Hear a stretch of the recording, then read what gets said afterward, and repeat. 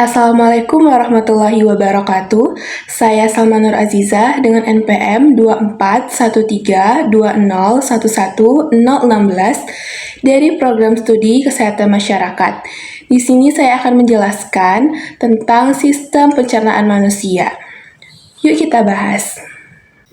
Sistem pencernaan manusia. Sistem pencernaan adalah serangkaian organ yang bekerja sama untuk mengelola makanan agar dapat diserap oleh tubuh dan digunakan sebagai sumber energi serta bahan pembangun sel. Fungsi utamanya yaitu untuk mengambil nutrisi dari makanan, menyerapnya ke dalam aliran darah, dan mengeluarkan sisa-sisa yang tidak diperlukan. Saluran pencernaan terbagi menjadi dua, yaitu saluran pencernaan utama dan saluran pencernaan tambahan. Kita bahas terlebih dahulu saluran pencernaan utama. Yang pertama, mulut. Sistem pencernaan manusia dimulai dari mulut. Saat digigit, dikunyah, dan dihaluskan di dalam mulut, makanan akan bercampur dengan air liur. Selanjutnya, makanan akan dipecah menjadi potongan yang lebih kecil oleh gigi, sehingga menjadi lunak dan mudah ditelan. Lidah pun berperan dalam mencampur makanan dengan air liur, mengarahkan makanan di dalam mulut agar tergigit secara merata oleh gigi dan mendorongnya ke dalam kerongkongan untuk ditelan. Yang kedua, esofagus. Organ pencernaan manusia yang berikutnya adalah kerongkongan atau esofagus. Kerongkongan merupakan saluran dengan panjang sekitar 25 cm yang berfungsi untuk menyalurkan makanan dan minuman dari mulut ke dalam lambung. Di saluran ini terdapat otot berbentuk cincin yang disebut dengan lower esophageal sphincter. Otot ini berfungsi untuk memastikan makanan atau minuman yang sudah mencapai lambung tidak naik lagi ke kerongkongan atau mulut. Selanjutnya yaitu lambung. Setelah menerima makanan dan minuman, lambung akan mengeluarkan zat asam dan enzim untuk melanjutkan proses pencernaan makanan yang masuk ke lambung. Lalu diolah menjadi cairan pekat atau berupa pasta untuk selanjutnya didorong menuju usus halus. Selain memecah makanan, asam lambung akan membunuh mikroorganisme yang mungkin terdapat pada makanan atau minuman sehingga tubuh terhindar dari kuman penyebab penyakit. Selanjutnya yaitu usus halus. Makanan yang sudah menjadi pasta atau kimus di dalam lambung akan didorong ke usus halus dengan pergerakan peristaltik usus. Di usus halus, makanan akan dipecah lebih lanjut dengan bantuan enzim dari pankreas dan cairan empedu yang dihasilkan oleh hati.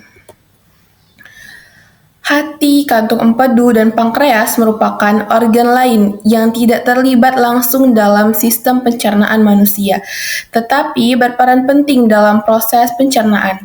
Di dalam usus halus terdapat 3 bagian penting, yaitu duodenum, usus 12 jari, jejunum, usus kosong, dan ileum.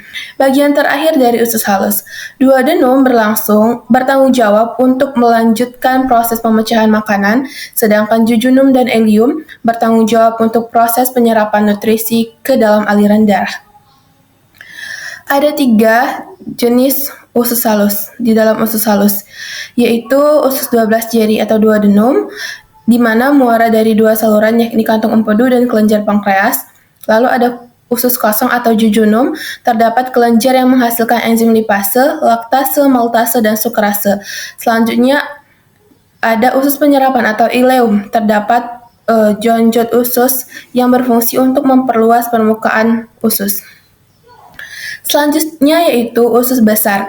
Setelah nutrisi diserap oleh tubuh, semua makanan yang diproses dalam sistem pencernaan manusia akan meninggalkan sisa atau limbah yang disebut dengan tinja. Usus besar akan mendorong limbah makanan tersebut ke dalam rektum.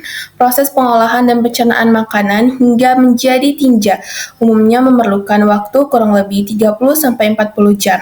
Selain mengeluarkan tinja, usus besar juga berfungsi untuk menjaga keseimbangan cairan dan elektrolit dalam tubuh. Lalu ada rektum. Rektum adalah organ pencernaan manusia setelah usus besar dan sebelum anus. Organ ini memiliki panjang sekitar 2,5 cm. Tugasnya yaitu menerima feses dari usus besar. Ketika rektum sudah terisi penuh dan tinja di dalamnya siap dikeluarkan melalui anus, tubuh akan memberikan respon dalam bentuk rasa mulas dan muncul dorongan untuk buang air besar. Selanjutnya yaitu anus, merupakan bagian terakhir dari saluran pencernaan. Organ ini terdiri dari otot dasar panggul dan dua sphincter anal, yaitu otot internal dan otot eksternal. Lapisan atas anus bertugas untuk mendeteksi isi rektum, apakah berisi padat, gas, atau cair. Otot dasar panggul memiliki tugas untuk mengendalikan keluarnya feses, sementara itu sphincter internal berfungsi untuk mencegah BAB saat tidur. Dan sphincter eksternal berfungsi untuk menahan feses agar tidak keluar sebelum ke toilet. Selanjutnya yaitu organ pencernaan tambahan. Organ pencernaan tambahan adalah organ yang mengeluarkan zat-zat yang dibutuhkan untuk pencernaan kimiawi makanan, tetapi tidak benar-benar melewati makanan saat dicerna. Selain hati, organ pencernaan tambahan utama adalah kantong empedu dan pankreas. Organ-organ ini mengeluarkan atau menyimpan zat-zat yang dibutuhkan untuk pencernaan di bagian pertama usus halus, duodenum, tempat sebagian besar pencernaan kimiawi berlangsung. Kita dapat melihat ketiga organnya, yaitu kita bahas yang pertama, hati. Hati adalah organ vital yang terletak di bagian kanan atas perut. Hati terletak tepat di bawah diafragma di sebelah kanan perut. Hati berperan penting dalam pencernaan dengan mengeluarkan empedu. Namun, hati memiliki berbagai fungsi tambahan yang tidak terkait dengan pencernaan. Bahkan, beberapa perkiraan menyebutkan jumlah fungsi hati sekitar 500. Selanjutnya yaitu kantung empedu. Kantung empedu adalah benda kecil berongga seperti kantung organ yang terletak tepat di bawah sisi kanan. Di bawah sisi kanan hati. Panjangnya sekitar 8 cm dan berbentuk seperti kantung yang meruncing dengan ujung terbuka yang berhubungan dengan ductus discus. Kantong empedu tokoh dan konsentrat empedu dari hati sampai dibutuhkan di usus 12 jari untuk membantu mencerna lipid. Selanjutnya yaitu pankreas. Pankreas adalah kelenjar organ bagian dari keduanya. Sistem pencernaan dari sistem endokrin membantu menetralkan asam kim setelah masuk ke dalam usus 12 jari. Pankreas dirangsang untuk mengeluarkan zat pencernaannya ketika makanan di dalam perut dan usus 12 jari memicu pelepasan hormon endokrin ke dalam darah yang mencapai pankreas melalui aliran darah. Selanjutnya, bagaimana sih proses pencernaan di dalam tubuh manusia? Setelah dikunyah dan ditelan, makanan akan dicerna dan diserap nutrisinya, sedangkan sisa-sisa makanan akan dibuang melalui tinja oleh tubuh. Proses pencernaan ini bisa memakan waktu sekitar 24-72 jam. Selain jenis dan jumlah makanan, lama proses pencernaan makanan tergantung pada jenis kelamin, tingkat metabolisme, dan kondisi medis tertentu. Tahapan proses pencernaan dan penyerapan makanan yang terjadi di dalam tubuh yaitu penghalusan makanan di mulut, pemecahan makanan di lambung, pemecahan nutrisi di usus halus, penyerapan nutrisi di usus kecil, pemadatan sisa makanan di usus besar. Beberapa gangguan pada sistem pencernaan banyak sekali kita temui di lingkungan masyarakat. Di sini saya memberikan 3 contoh. Yang pertama, gastritis. Kondisi ini terjadi ketika dinding lambung mengalami peradangan.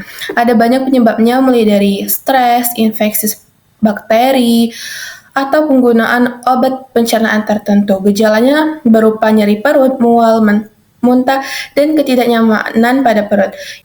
Yang kedua, gastroesophageal reflux disease. Kondisi ini muncul saat asam lambung naik ke kerongkongan. Akibatnya timbul rasa terbakar pada dada. Regurgitasi dan gangguan tidur. Jika tidak diobati, GERD dapat menyebabkan kerusakan kerongkongan jangka panjang. Yang ketiga, konstipasi. Sembelit atau konstipasi adalah kesulitan buang air besar atau memiliki frekuensi buang air besar yang rendah. Penyebabnya bisa karena pola makan, dehidrasi, atau masalah medis tertentu. Itulah penjelasan tentang sistem pencernaan. Berikut daftar pustaka untuk melihat lebih lanjut tentang materi ini. Terima kasih, thank you for watching.